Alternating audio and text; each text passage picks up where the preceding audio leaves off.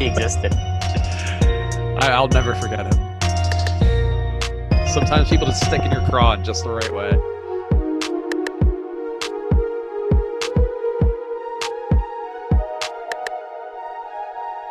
What is up, guys? It is time for a little MLB early live before lock action because we got ourselves a 5-game early slate, and Lord knows how lost you'd be if we weren't here to go game by game to break it all down. We are here for you guys once more, and I am Chris Spags, joined by a man who is frequently the Lewis to my Clark on these morning expeditions across the MLB. He's nerd-ass Greg Ehrenberg. How you doing, Greg? Yeah, pretty good. Well, yesterday's morning slate certainly didn't go well for me because the team that I liked the most didn't do well, and the team I liked the least did very well. So, I mean, just kind of the nature of baseball. It was also something that with the ownership I had, I knew that there was probably like a 70% chance that was the way it was going to work out or something like that. But I have something a little bit different of a slate today just because I have pitching options that we really like today, but still a lot of the same ownership concepts.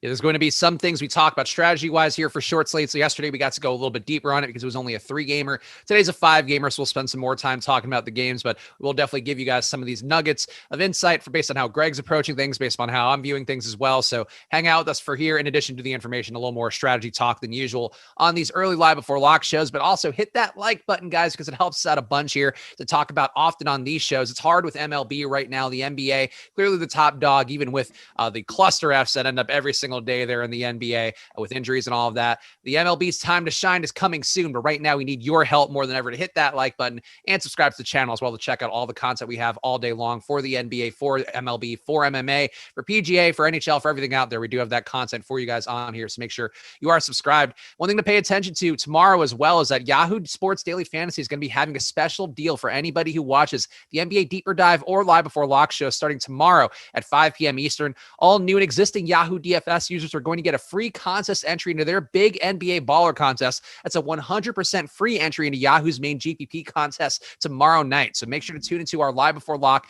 and Deeper Dive stream tomorrow to find out how you can get that free entry. And Greg, I know you're excited to strap in for 2 hours of Live Before Lock for yourself tomorrow. Well, I believe, not totally confirmed yet, but it has been floated to me that we could be doing a 2-hour live before lock. Me and Eric Lindquist, who maybe his eyebrows will have grown back, but I don't know how long it takes eyebrows to grow back.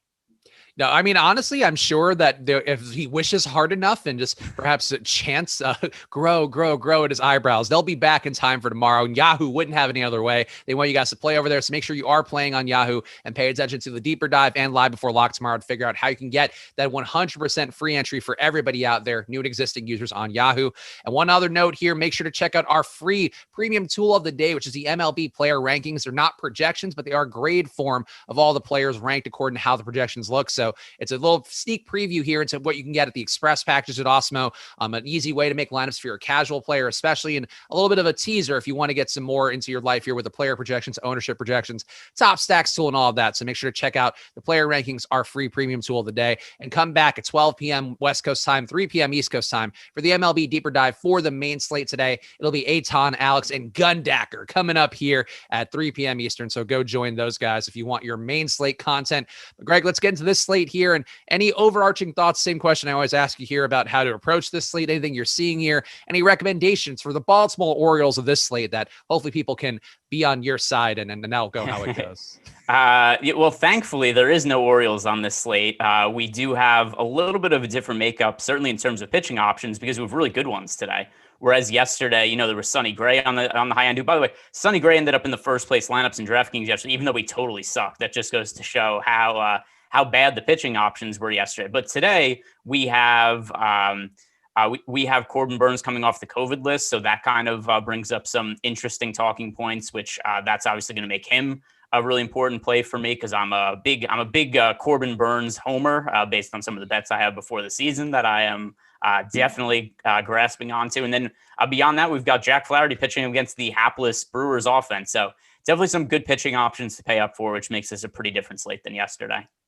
So we're going to go game by game here as we do whenever we can to try to cover this live before lock. It's early live before lock slate for you guys. So hit that like button here and let's get into our first game. Toronto, 4 implied runs going against Charlie Morton. And Charlie Morton this year, strikeout stuff has been down. His swinging strike rate, chase rate have been down as well, going from 29% K rate since 2019 down to 26.5% so far this year. The swinging strike rate down from 12.6 to 11% swinging strike rate. The chase rate is, I think, the more troubling one, going from 33% to 29% so far this year, which is odd because his velocity is actually up to a little bit over 95 miles per hour.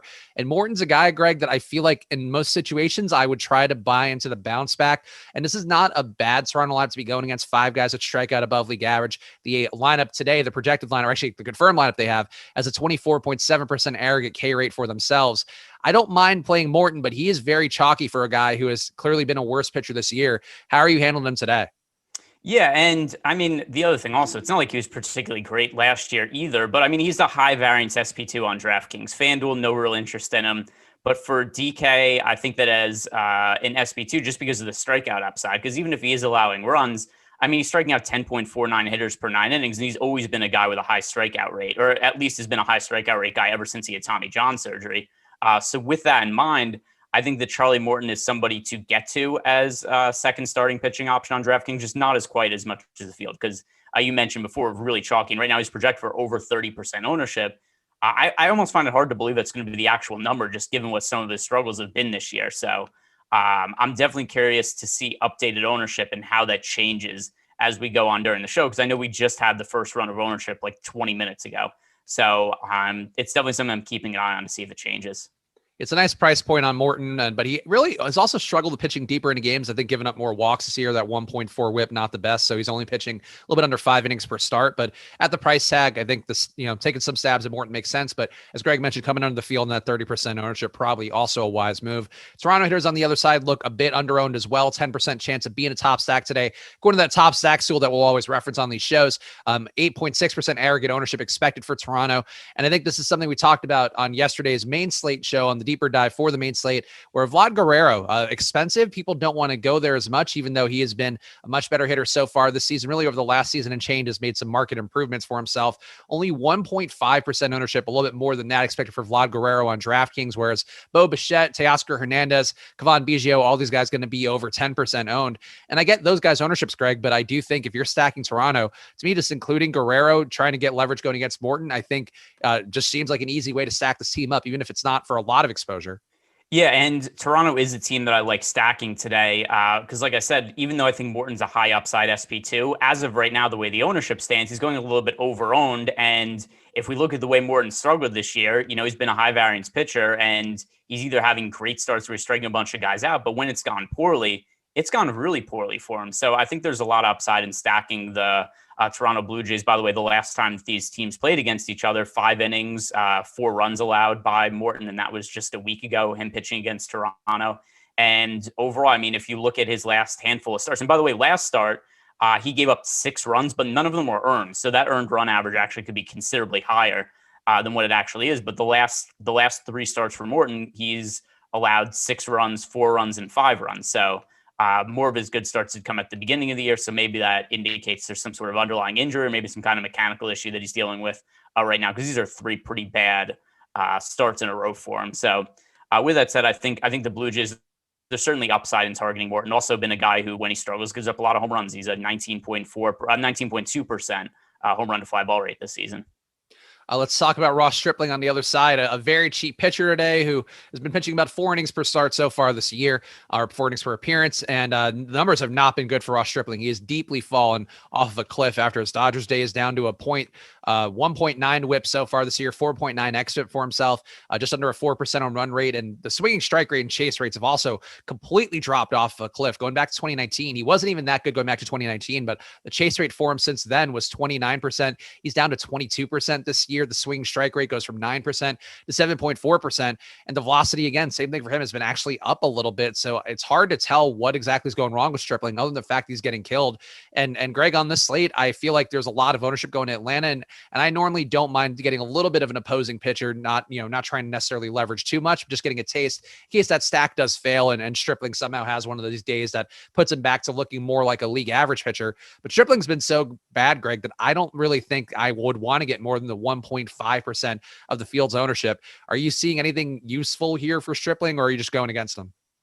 So I'm going to be going against him right now. He's in 0% of my lineups. I'm also underweight to the Braves on the other side. We can talk about that in a second, but I mean, something else about Stripling's numbers that I think is kind of important when looking at his previous stats. He pitched out of the bullpen a lot. So while his numbers were good, don't forget there was a bunch of games where the Dodgers would go with an opener and then they'd throw Stripling out for like 3 or 4 innings behind the reliever. There are times where he would start and not work deep into games. So it's easy for your numbers to look better when you're only pitching, 3 or 4 innings at a time. It's not like he's going deeper into that now, but it was a bullpen role for him largely in the past. So if you look at last year, 2020, 12 appearances, 9 of them were starts. His last good year with the Dodgers, he made 32 appearances, 15 were starts. The year before, 32 appearances, 21 were starts. So that also makes it a little hard to know exactly what his true talent level is as a starting pitcher, because the numbers with him starting were also mixed with him being a reliever. And some of the starts, he wasn't working deep into games, kind of by design. So now that he's kind of in a role as a full-time starter, I think we're just kind of seeing he's not particularly good. He was a below replacement level pitcher last season. Yeah, things have not looked good for Stripling. So that Atlanta stack, 5 implied runs for them, the highest total on the slate. They're also going to be owned as the highest owned stack on the slate. It looks like they also have the top potential to be the top stack. So there's a lot of positive things. And Greg, honestly, I know this might bring back some traumas for you, some PTSD on yesterday's early slate, but Atlanta to me kind of seems like the Mets yesterday, where they are a team that's going to be very highly owned, and the matchup makes sense. Going against a pitcher who's been very bad, gives up a lot of production, I think is also a spot you want to be. But when the ownership is this high, and this is something that I know people in the chat were razzing you a little bit about your Orioles play yesterday, Greg, but the ownership on that one made sense to me, and your logic, I think, was sound. Same thing for Atlanta today, much like the Mets yesterday, where they can get the results today, but I think taking many stacks, taking one-offs here would be more the move, because you are getting ownership at every position, including almost 40% ownership expected from Ronald Acuna. Yeah, so I mean, just the spot. I mean, like 10 out of 10 times, even yesterday's slate, where people are like, "Oh, shouldn't have played the Orioles yesterday." It's like, honestly, I make that same exact play every single time with the information at hand on the slate. And then even when the slate started, Taijuan Walker was way over. And by the way, he didn't even pitch well. Just the other options also kind of sucked. I think he finished with 4 strikeouts to 3 walks. But I do see the Braves as kind of a similar situation today on paper. Yeah, it's a great spot for them. I just don't want to roster them at the 22% clip the field is. So the Braves are going to be in my player pool, but I'm going to be very light on them relative to the field's ownership. Yeah, it's certainly a team you can't argue with. I guess if you were going to give yourself a little bit of an out, a reason why to not go to Atlanta as heavy is that it is another chilly-ish day in Atlanta, or at least by Atlanta standards, 60-degree weather for them today.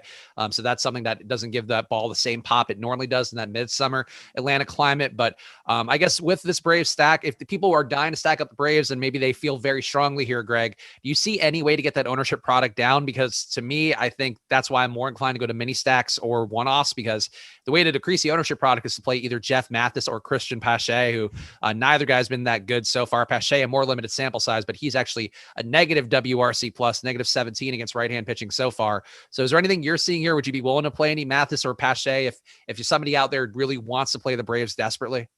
Yeah, and it's not even like Pache is that low owned. I mean, he's still picking up 8% ownership, which for somebody like Chris Pache, I mean, he's min price. So in the Brave stacks that I have made, he does pop up in a lot of them just because he makes the salary work in terms of some of the pitchers I like on the slate. But I mean, the other guys here, like Jeff Mathis, fine, whatever you want to punt catcher position, but he shouldn't be a priority play, I don't think, in anybody's lineups. And then beyond that, I mean, you mentioned it there, we're getting like 40% ownership on Acuna, and then everybody else in the lineup is, in the neighborhood of 25% rostered right now. So it's really hard, actually impossible, to make Brave stacks that are different from the field, unless you're just playing guys like Pache and Mathis heavily, which I don't really think makes a lot of sense. Yeah, Mathis, we know that track record going back for years, but a guy that has not gotten results. I think literally any time I've ever played him in DFS, he has never done a single thing on the base. Actually, there might have been one game he hit a home run, and I was like, wow, Jeff Mathis, you really turned it around. And then he just went right back to being Jeff Mathis. So keep that in mind here. Both guys are minimum salary on DraftKings. So maybe if they luck box into something today, they can be useful. By the way, Mathis has 3 hits this year. One of them is a home run, but I went through his box score. Literally there was one game where he homered and he sucked in every single other game. So, I mean, the only thing I'll say is that he's min priced, right? So catcher position, hard to fill, hard to get production out of. If every single catcher fails, then there you go. Jeff Mathis is viable just because he's the cheapest of all the catchers that failed. But beyond that, the odds of him actually finding success are very, very low. His recent games, 0 fantasy points, 0, 7, 5, 2, 0, 0. The one game where he homered them for 0, 3. Like he just doesn't do anything. He might be my least favorite DFS player, like out of the last few years. Like I can't think of a guy that I always see and go like, you know what? Like I know the optimizer is going to give me some, I'm just not going to put him in. And that is normally you got to trust the data, but with Jeff Mathis, I guess even the projection for him is lower than Pache by 1.5 points, it looks like. So that's a bad sign for Mathis here. So play him if you want, but just keep in mind, he's a bad player. Let's go on to the next game here. We got Patrick Corbin, another pitcher who's been deeply struggling so far this year, giving up a 7.6% home run rate, a 15% strikeout rate for himself. His velocity is down a little bit, but the swinging strike rate's a concerning number, down from 13% since 2019 to 9.3% this year. Chase rate went from 35.5% to 28%. And I still have, I want to believe Corbin can turn this around a little bit.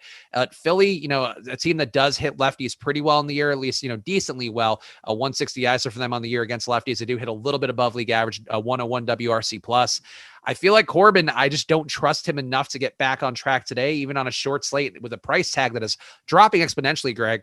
I just feel like Corbin's stuff, there's no signs here that I'm seeing that, I normally do like to buy in on the positive regression of pitchers, but I just don't think Corbin, he just might not have it anymore. Yeah, it's rough. And it started to drop off last year where he had a 4.66 ERA and a 5.17 expected ERA. And there was a slate, I want to say like 2 weeks ago, where Corbin Burns was projecting for like 50% ownership.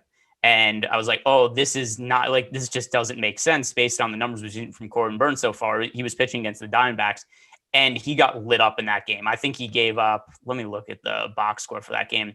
I remember he gave up a grand slam in the second inning and then he ended up, here it was. So he was the chalk of that slate.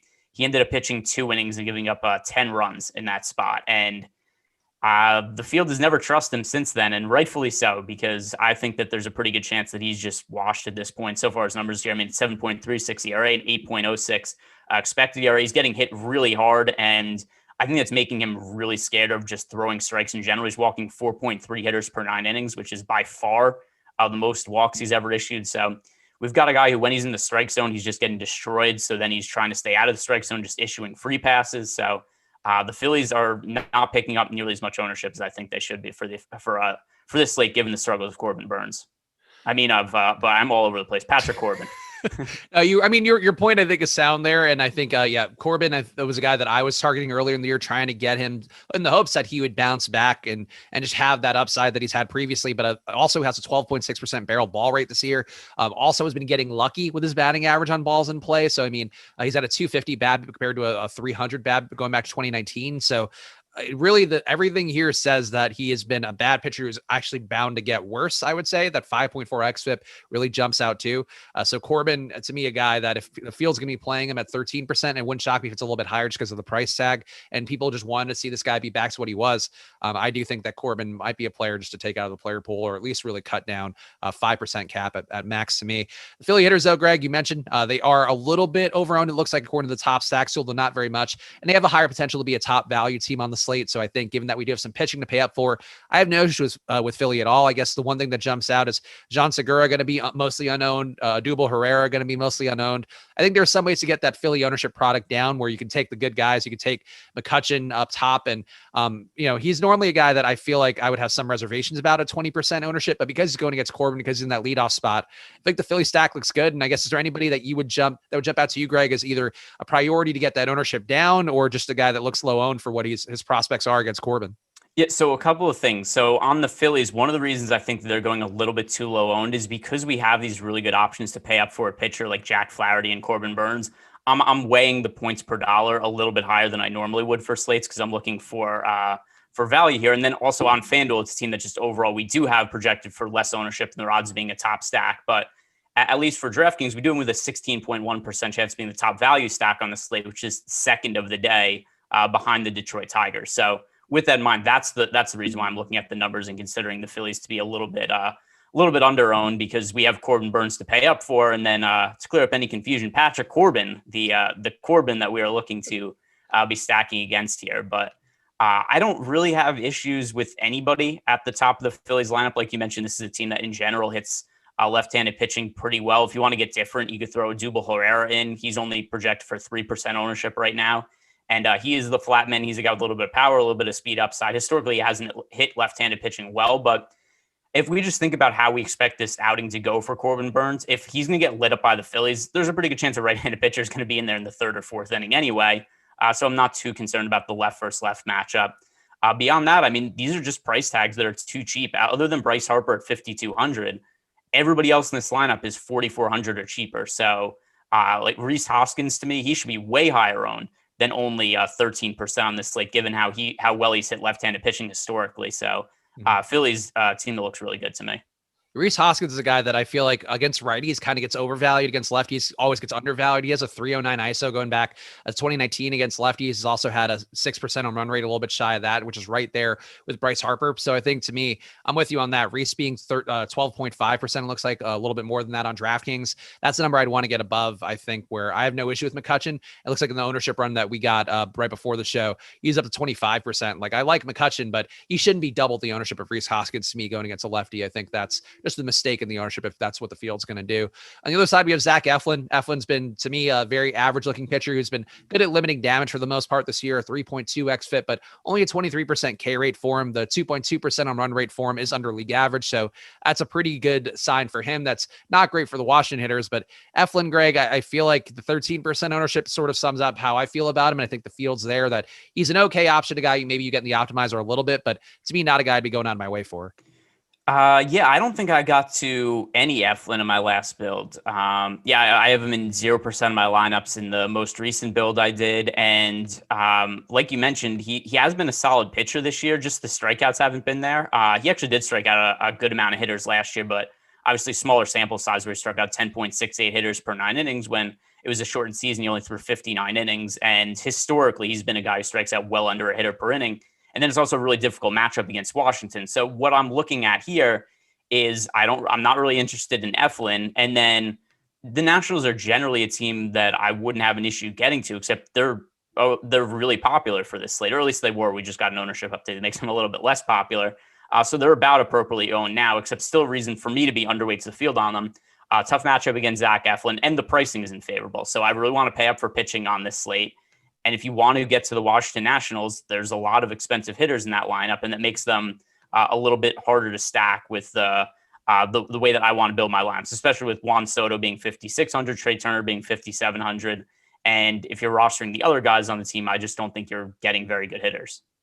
Yeah, I would agree. I think that, if you're going to play these guys, you do want to get Soto and Turner. Those guys are very highly owned. It looks like Soto in particular going to be over 25% owned. Trey Turner just shy of 20% projected ownership on DK. So yeah, the best hitters are a little bit overtaxed, I would say, in terms of ownership, and Eflin's been good enough, and mediocre bullpen behind him. So I think if you are playing Washington, you have something to cling to. But for the most part, to me, I think I really wouldn't have a whole lot of reason to be here heavily today on really either side of the equation for Eflin or the Washington hitters. Let's go to our next game. We got Kansas City getting 4.4 implied runs against Spencer Turnbull. Turnbull this year, another guy that has not had good strikeouts on the year, but also limits power fairly well. Just a 1% on run rate so far this year. Only faced 85 batters going back. 2019, though, still only a 1.7% on run rate. So his best ability has really just been getting that soft contact, not getting taken yard. So Turnbull, to me, I think as a pitching play, if he works price-wise and you can be at the field, around 5%, I think that's fine. But Greg Turnbull, another guy that I think is just kind of mediocre. He's facing lineup that is 6 guys that strike out above league average. So I think if he fits a lineup construction you really like, I don't mind going to Turnbull, but just another guy who's not a priority. Yeah.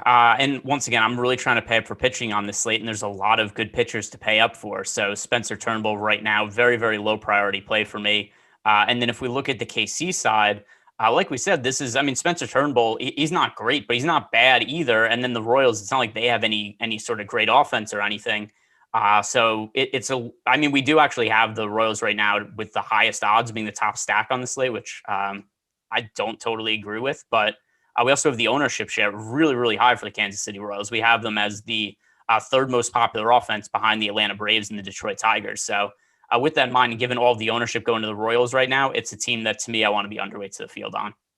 Yeah, the Royals, I think part of that might be the Detroit bullpen, which has been exorbitantly bad. I don't know if that's even the right way to say that, but this is extremely unusually bad to see a 1.8 whip allowed, a 280 batting average allowed out of the bullpen, along with a 4.6% on run rate. So I think, Turnbull, maybe he doesn't give up the production, but the bullpen does. But I would agree there's a lot of ownership going to Kansas City. I don't fully get why they have such high top stack odds. I know you have some guys here who hit pretty well with Perez, with Soler. But I would agree with you. I don't think I would want to be there that heavy. And if I am going to be there, I think putting in Carlos Santana to me makes some sense. Hitting in the 2-hole, 8% ownership. So if you want to play the Royals, I think going to him or Ryan O'Hearn. But I would personally prefer Santana to get that ownership product down. The other side, we have Daniel Lynch going for Kansas City. He's pitched not a lot this year, only faced 31 batters. He's also pitched about 2.5 innings per start. So I guess he's more of a glorified opener, Greg. So another guy to me that probably shouldn't be in the player pool very much, but looks like he'll be about 11% owned. So give me your Daniel Lynch thoughts. Yeah, it's been bad so far. So he's only made 2 starts here. He's pitched 5 innings. He's an 18.56 ERA. So with that in mind, I actually like the Tigers a lot here, especially because their ownership has come down a little bit. Earlier in the day when we were looking at this, the Tigers were picking up like nearly 30% ownership or something like that as a team on the first run. That's come down a little bit, and they're now the second most popular stack on the slate behind the Atlanta Braves. And even though they're a team that's really negatively leveraged, I really like the value that the Detroit Tigers offer. We have them by far as the team with the best odds, being the top value stack on the slate on DraftKings. So it's really easy to stack up the Tigers and then pay up for Jack Flaherty and Corbin Burns as your starting pitchers. And then you just kind of have the salary to spend up to whatever other plugs you want in those lineups. And I really like that lineup construction. So the Tigers are a team that for cheap, I definitely want to be targeting them. And then as one-offs, it's really easy to fit them into lineups to enable some salary savings with maybe some more expensive stacks to be able to pay up for the stud pitchers.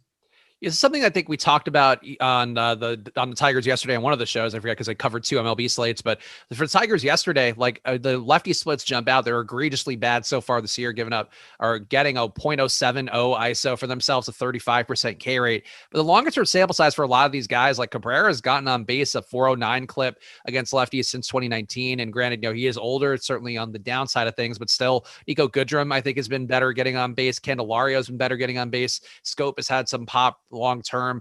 Like, I think there are guys who should be better against lefties and what their season long numbers look like. So I'm with you on it. I think that it's tough to be on a chalky Tigers team, which does concern me here. You're going to have Robbie Grossman, Candelario, Eric Haas, all over 20% ownership. Haas at 30% ownership because he's minimum salary and has had some home run power in the majors so far. But it's a lot of ownership going to the Tigers, Greg. But I guess I'm with you on it. What players, though, would you want to prioritize? Because it is sort of tough to be left holding the bag with a 25% owned Robbie Grossman.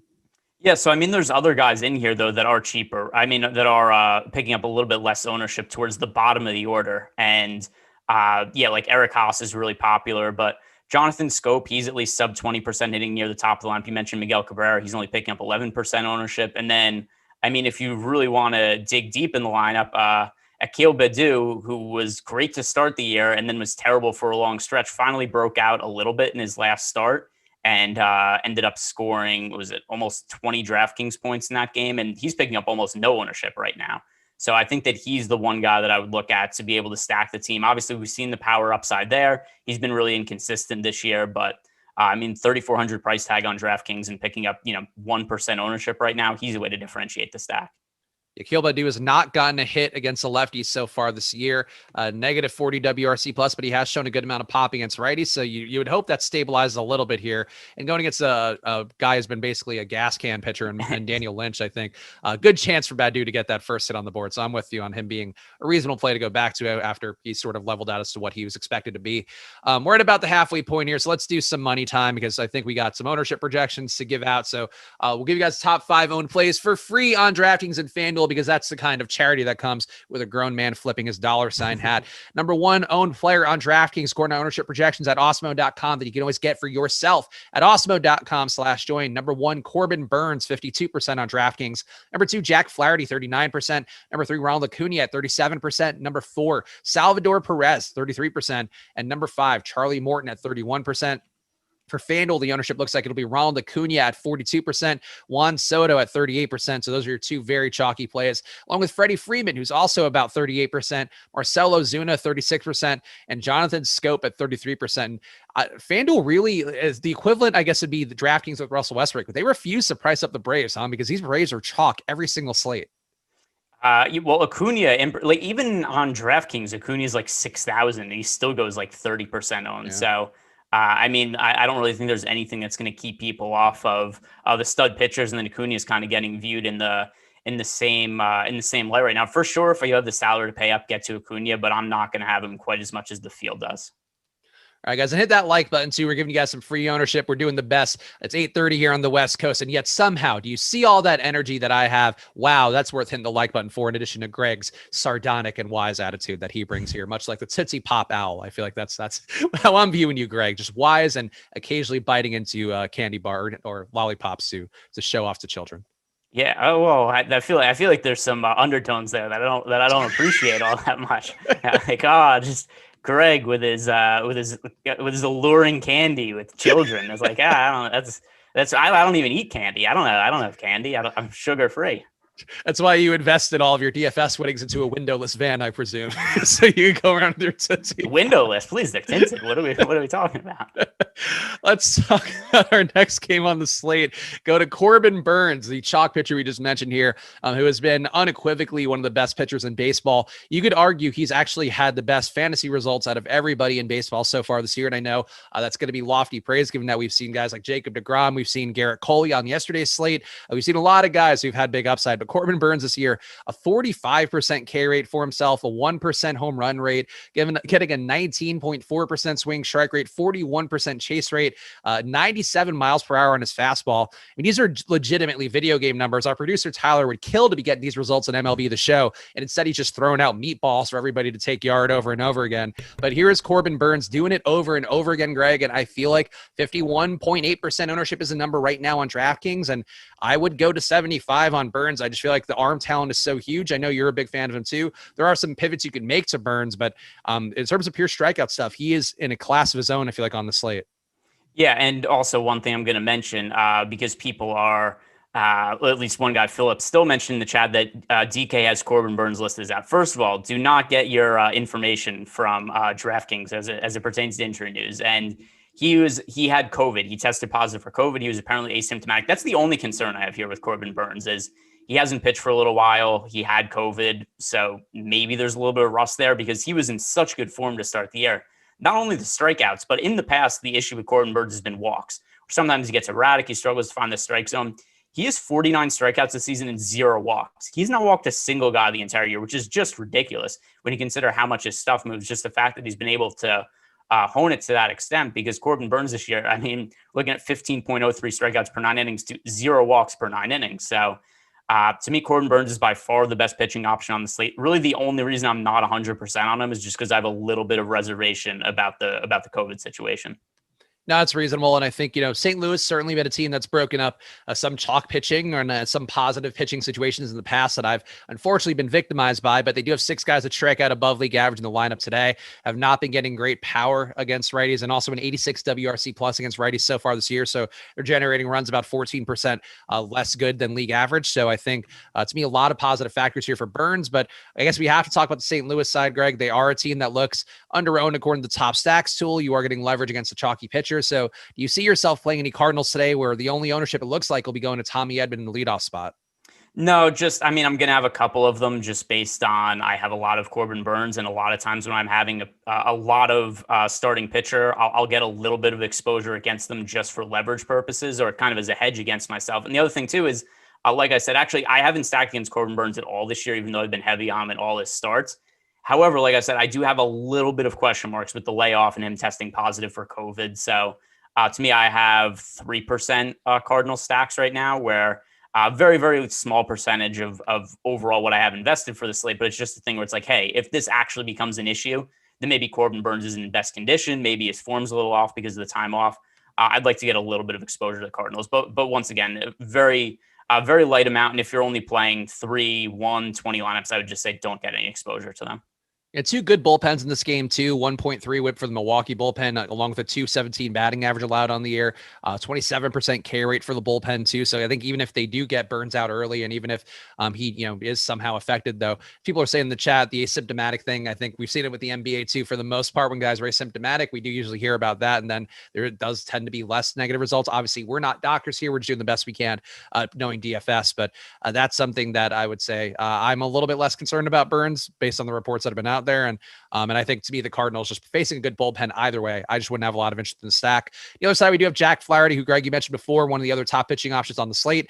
For him this year, he's been getting worse strikeout results, a 26% K rate for himself. The swing strike rate's been down a little bit. The chase rate's been down enough as well that I think, maybe there's some reason to not go to Flaherty. And I just think the ownership is high enough for Flaherty here where I really have no issue with him, but I think people are treating him like a direct pivot to Burns, probably because he opens up some quality stacks, but it's still a drop off of 6 points in the median projection from Awesemo today.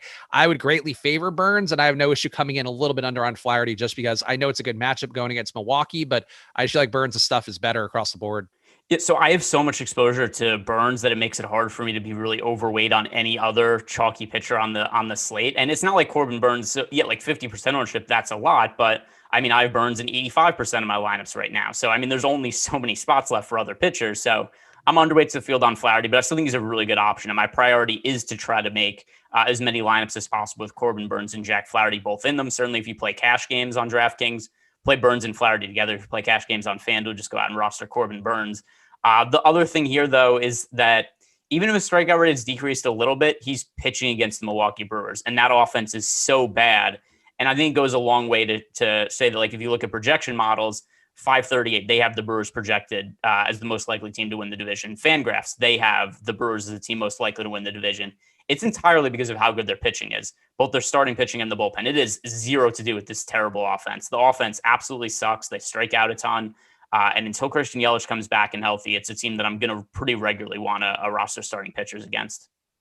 And we're not going to debate the effects of COVID in the chat, but I just want to say something for Danny Last saying, if you had COVID, it's nothing to these guys. First of all, if you had COVID and you're fine, you should be very happy with that because there are people, including professional athletes, Jason Tatum. We've talked about the Celtics a lot. For whatever reason, the Celtics had a lot of bad COVID, but Jason Tatum, Evan Fournier, two guys who were deeply affected by it. You saw with their on-court play. You saw with their minutes run.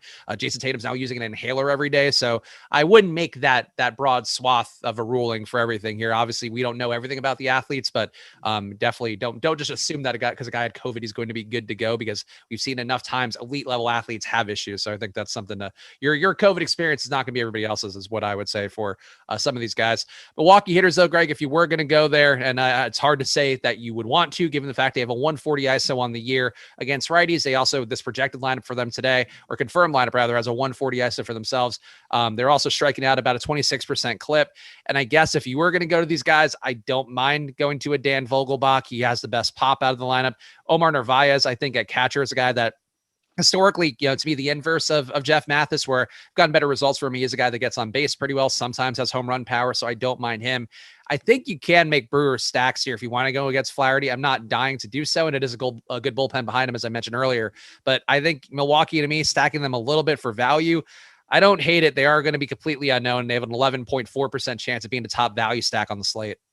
Yeah, so like I said, I am trying to prioritize of the value stacks a little bit in our top stacks to more than usual. But with that said, the reason I want to do that is to be able to make lineups where I roster Corbin Burns and Jack Flaherty together. That goes out the window when one of those stacks is the Brewers in that case, because what am I paying up for in that case? Like, there's two really good high-end pitching options. And I mean, I think also like Lance Lynn is fine as a pay up option, but I much prefer Flaherty to Lance Lynn, just considering the quality of the matchups. So I don't really find that much of a need to go with the value of the Brewers, because I don't have Jack Flaherty as a pay up option in that situation. So I slightly prefer the Brewers to the Cardinals as a stack, but either way, these are the two teams I have the least exposure to. That seems reasonable. We got one more game here. So I mistimed this one by a little bit. I thought it was a 6-game slate in my head. And now we have 20 minutes to debate the Minnesota Twins and Chicago White Sox. Maybe we'll do some chalk talk. If you have any questions too, feel free to drop them in chat and we can dig a little bit deeper. Tyler, get ready for some chalk talk if you can on the back end, or we can just watch you pitch at MLB The Show and be terrible if you want for the last 10 minutes. Tyler's getting assaulted. I'm sorry, Tyler. We got to fill time. There's no Eric Lindquist here, so somebody's got to get it. It's got to unfortunately be you. Next game up, we got the White Sox. Lance Lynn, Greg just mentioned here, a pitcher who normally I think would stand out more meaningfully. And I would say to me on the slate, I do prefer Lance Lynn to Jack Flaherty by a little bit. And I think that's also because I find the Brewers stack to be I'm not going to say the word appealing, but I do find the Brewers stack to be usable on this slate. Whereas Lynn, I do think in this spot, he's going against a tough Minnesota team who's got a lot of power, but a cold day in the White Sox park where 60-degree weather going to help inhibit power a little bit. And Lynn's stuff has been good on the year, a 30% K rate for himself, up from a 28% K rate going back to 2019. He's given up less home runs as well, a 1.7% home run rate. Fly ball rate's not the best, 47% fly ball rate, maybe giving up more home runs as it does start to heat up, but it's a cold day, Greg. So I feel like going to Lynn today, less owned than Flaherty. I think the pricing is similar enough here where just going to Lynn to me just looks like the better play. I have slightly more exposure to Flaherty right now, almost solely, though, based on how much the Milwaukee Brewers strike out. Lance Lynn has been really good this year, and the one thing that's generally nice about Lance Lynn is that he doesn't suffer from some of the same pitch count restrictions that we see from a lot of other pitchers. So, I mean, we've seen Lance Lynn pitch a complete game shutout this year. There aren't very many pitchers that are allowed to go, over 9 innings and throw over 100 pitches. So, Lance Lynn, just the only thing I'll say about him versus Flaherty is that Flaherty gets to pitch against the Brewers offense. These are my second and third most rostered pitchers on the slate behind Corbin Burns. I do slightly lean towards Flaherty, but Lynn's also a good option in my mind.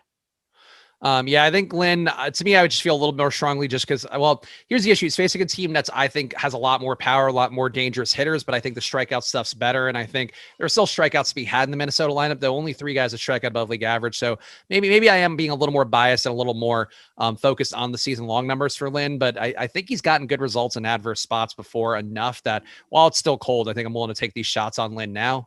But I get the point here. And I think Lynn and Flaherty, I really wouldn't have begrudge either play here. And I think we're in agreement though. Lynn and Flaherty still a tier below Corbin Burns, no matter what lens you're looking through it, right? Yeah, for sure. Corbin Burns is my priority pitching option by a really wide margin today. Also just take a lap, Bryce, in the chat. We're not debating your thoughts versus scientists' thoughts. Just take a fucking breather, I think, with that. So and like we're almost done with this stuff. Just I'm not going to go into it. Just get your vaccines, be smart people, please. And don't just start saying idiot things in chat just because you finally got a chance to talk about it because Corbin Burns has COVID. Just please, just keep it for your internet forums and your Reddit threads if you must. Minnesota, 3.5 implied runs on their side. A lot of power in this lineup overall, 195 aggregate ISO for them. So that is the one cause for concern, I think, for Lance Lynn, and maybe some upside for Minnesota where they are mostly going to be completely unknown. The only guy who's picking up ownership is going to be Luis Arias up top. He gets on base, doesn't have much power for himself. And I do think the one thing for Minnesota here, they're a team with crazy pop. They're going to be unowned. And I think I like Lance Lynn, but I do think going to Minnesota a little bit makes some sense because, Greg, they're just completely unrepresented. We know that they do have the hitters to get it done no matter what the weather conditions are. Yeah, and then one more thing just to circle back on the Corbin Burns thing also. He's still my most rostered pitcher by a really wide margin. I just said the difference between me having 100% or 85% is just concerns that he's in pitch for a little while and that he tested positive for COVID. So it goes hand in hand. It doesn't even have to necessarily mean that he was like debilitatingly sick because that appears to not be the case. But I'm concerned whenever a pitcher has a layoff because we see this all the time, whether it's playoffs or end of the season, where there's a pitcher who either pitches on short rest or pitches on more rest than normal. And pitchers are creatures of habit. It just throws off their routines. And that's generally something that could be a concern for me. Corbin Burns could not have been in better form when he first tested positive and missed games. To me, there's just a little bit of variance added to the situation. We just see somebody take, a 10-day layoff. Yes, I would agree too. And I just, I look, none of us are science experts, but I think there are still more than enough things to point to and look at. And I would agree. Corbin Burns is the main thing for him. If he's asymptomatic, that's great. But the routine thing of pitchers just getting out of that arm shape, getting out of that rotation or the routine that Greg mentioned, I think is an important part as well. But tell me about Minnesota hitters. Let's get back on track because none of them have COVID as far as I know. So they're all thriving in the sunlight, no matter what your worldviews are. I would say for Minnesota, you have guys who can go to Josh Donaldson having no ownership despite having a 265 ISO since 2019. To me, does grade out pretty well. Nelson Cruz, a guy who unfortunately not come through enough against lefty pitching for me in the last week for my home run picks, but I would say for him, he's clearly got the power to get it done in any situation. And then you have Garver and Kepler. Kepler in particular, I think pretty cheap for a guy who's had his pop historically and does get the lefty-righty matchup as well. I just feel like Minnesota just undervalued enough that I would go there, even though I do believe in Lance Lynn. Yeah, so I agree with you. Lance Lynn, generally a pitcher I don't like to stack against, but right now we have the Minnesota Twins being the team with the most positive leverage score on the slate in our top stacks tool, and more often than not, that's going to be a situation that I like to target. I don't really want to go against Lance Lynn, but when you consider that we currently have the Minnesota Twins only projected for a 2.3% ownership share, it's a number that I want to be overweight to the field on. So I have them right around 10% right now. All right, so let's talk about the Minnesota side. Michael Pineda on the other side, and he has been a pitcher who has been pretty serviceable this year. Has actually been in some winning lineups from time to time. Giving up a 202 batting average, giving up a 4.6% on run rate. On overall, I think the 24.4% K rate looks fine going against a White Sox lineup with 7 guys that strike out above league average. But Pineda, to me, I think just because he's low owned, I'm willing to get there a little bit, but not a pitcher I would say I'm dying to get to. I do think getting double the field on him, getting to 15% feels about right to me, Greg. But besides that, Pineda, I think, is just more like I probably wouldn't play him on a bigger slate, but because it's today, because White Sox also had a good day yesterday, I don't mind going to a guy who could get some strikeouts here against a White Sox team that wouldn't shock me if they're over-owned just because they've gotten some decent recent results. Yeah, I mean, they're exactly appropriately owned right now in our top stack. So we have them at 8.2% chance of being the top scoring team on the slate and an 8.2% ownership share. And then I look at Pineda's numbers this year, and he has a 2.43 RA, but the underlying numbers suggest he's been pretty lucky. And then the other thing that is a little bit of a concern for me going forward with Michael Pineda, we're looking at a guy who's dealt with a bunch of injuries over his career. He's tested positive for steroids. He's also been caught for using an illegal substance that caused him to be suspended at one point. And his velocity continues to dip. So first, just the ERA, 2.43 ERA, 4.39 expected ERA. So a little bit of regression expected there. But even so, it's not like a 4.39 ERA would make him just a terrible pitcher. The real bigger concern I have here is that ever since he's tested positive for steroids and then also had a shoulder injury that forced him to miss an extended period of time, here's his velocity numbers the last few years. 94.7, 93.9, 92.6, 92.1, and 91.1 this year. So to me, I look at some of those numbers, just a pretty rapid decrease in velocity and all the other stuff involved. And to me, I look at a pitcher who's headed for regression with also the velocity going down. I think that there's only a matter of time before Michael Pineda really starts to get lit up. And I'd rather be ahead of it than behind it. So the White Sox are a team that I'm going to be targeting on this slate, although not significantly different in the field. So let's talk about the White Sox hitters then. As Greg mentioned, they do look a little bit under-owned according to the top stacks tool. And I do think you can make the case here for some of the hitters in a pretty decent way, where you have Yoan Moncada, the 210 ISO for him, hitting in the 3 spot, I think looks pretty solid. Abreu, we all know the pop that he has. At the bottom of the order, not looking quite as good here, where some of these guys came through. And I think that, to me, is the part that is not reflected in our ownership projections. But I do think there's going to be a little bit of bias going towards guys like Andrew Vaughn, who's hit recently, is going to be very cheap today, but hasn't gotten much results against righties so far. Certainly a prospect who should be hitting better overall throughout the course of the year. But I just feel like, to me, the ownership for the White Sox seems a little bit low. And I might be biased too, because I did see a couple of winning tweets from people yesterday who did stack the White Sox and were happy with guys like Vaughn. I think that they'll be more owned than our ownership projection is. So that, to me, gives me some concern. But Greg, you do see the ownership as it is right now. We have Tim Anderson projected for 18%, Moncada projected for 10%. Is there anybody who looks over-owned or particularly under-owned relative to their prospects on the slate? Let's see. I was just updating my lineups and doing a final run because we now have all the lineups in other than the Cardinals. But in terms of the hitters I've gotten so far, I mean, Andrew Vaughn, we've projected for very, very low ownership after he hit his first career homer yesterday. He's also almost mid-price. So, I mean, Andrew Vaughn, who was one of the top hitting prospects in baseball coming into the league, obviously we know the price isn't going to change, but if his ownership remains low, to me, that's somebody who I'm pretty comfortable getting to as a differentiation play.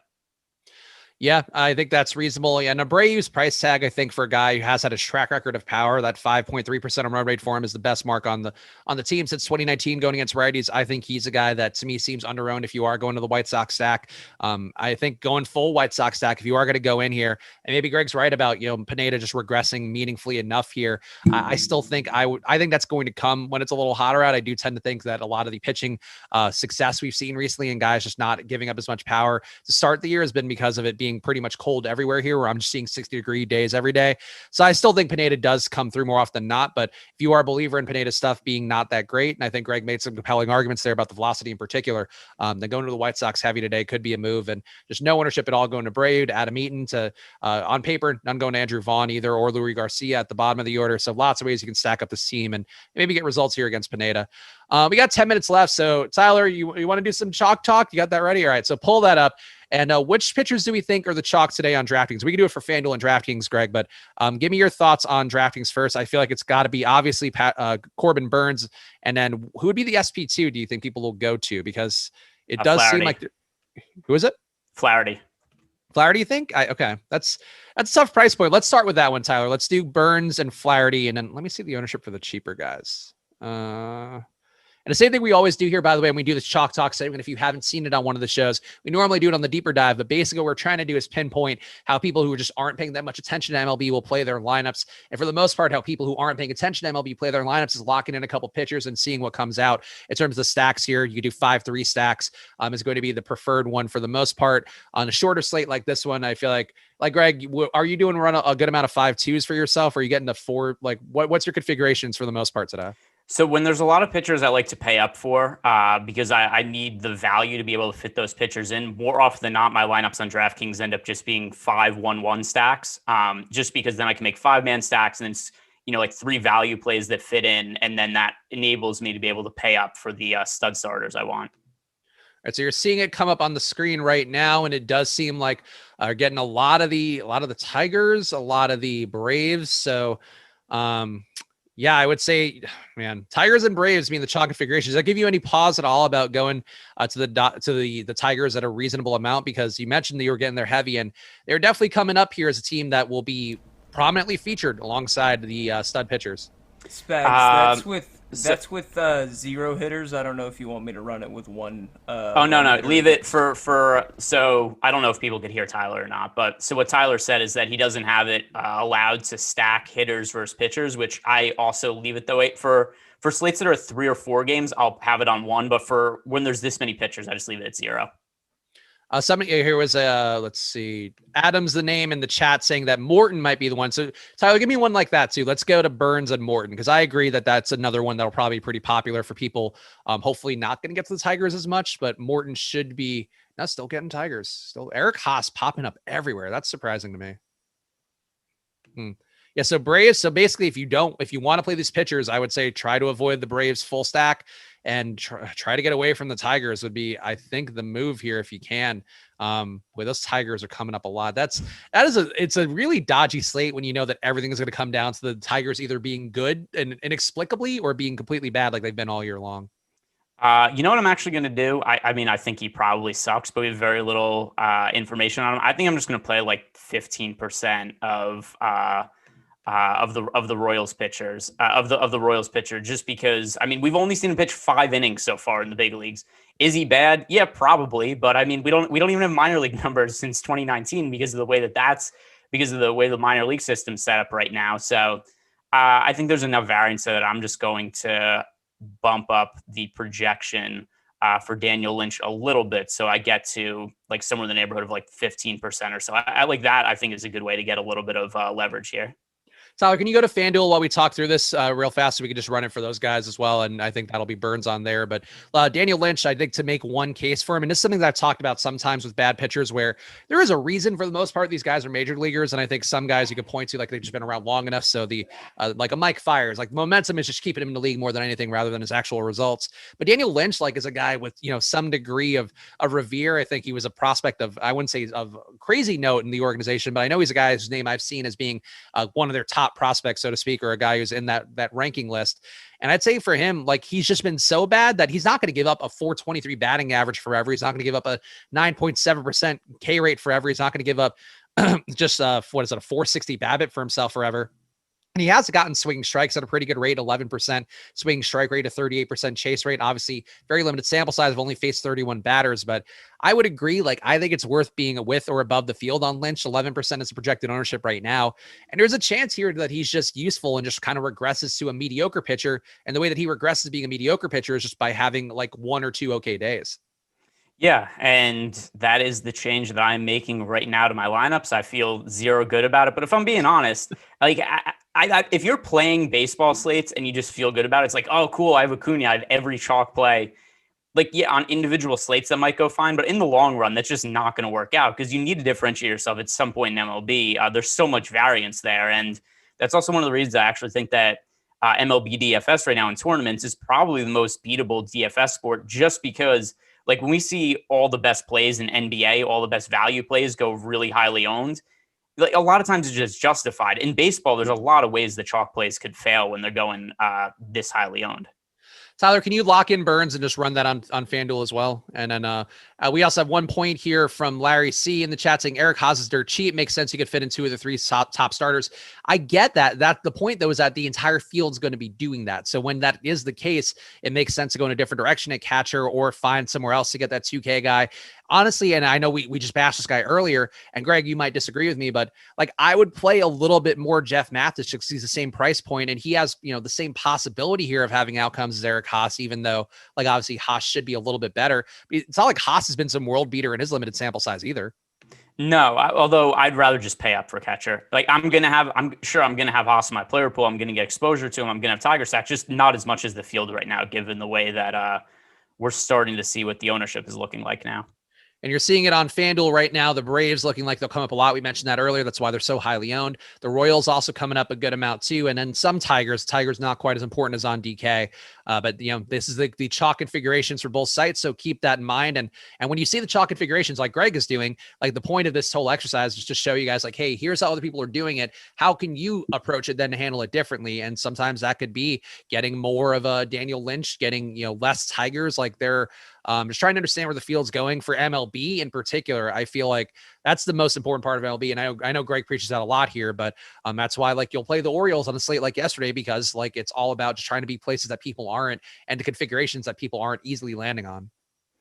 Yep. And I am we're still waiting on that Cardinals lineup.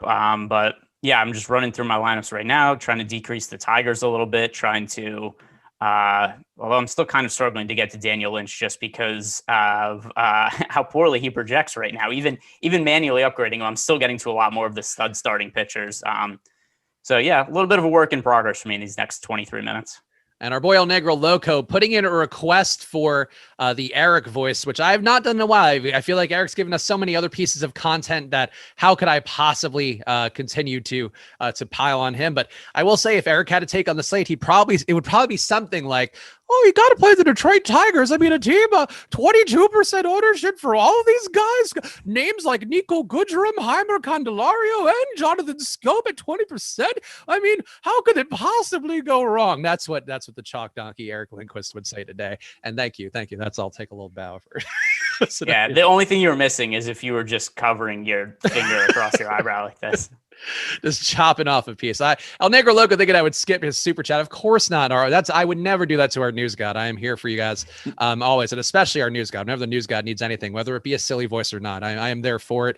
Let's do a home run pick to close us out because we have 2 minutes here, and the slate does lock in 20 more minutes. So if for some reason you need to process everything, if you want to skip back and hear some things we talked about, I don't think the lineups have changed meaningfully throughout the show. I was pasting in confirmed ones as we went, so I think we covered all guys who are active here. But Greg, give me a home run pick to close us out. Give me Bryce Harper. Talked about how much Patrick Corbin has struggled this year, and the Phillies, one of the teams that I think for cheap are going a little bit underowned, and team that I'm aggressively trying to up my exposure to right now. But Bryce Harper, I think that he's somebody to differentiate also from the likes of Ronald Acuna and Juan Soto, who are going very, very highly owned.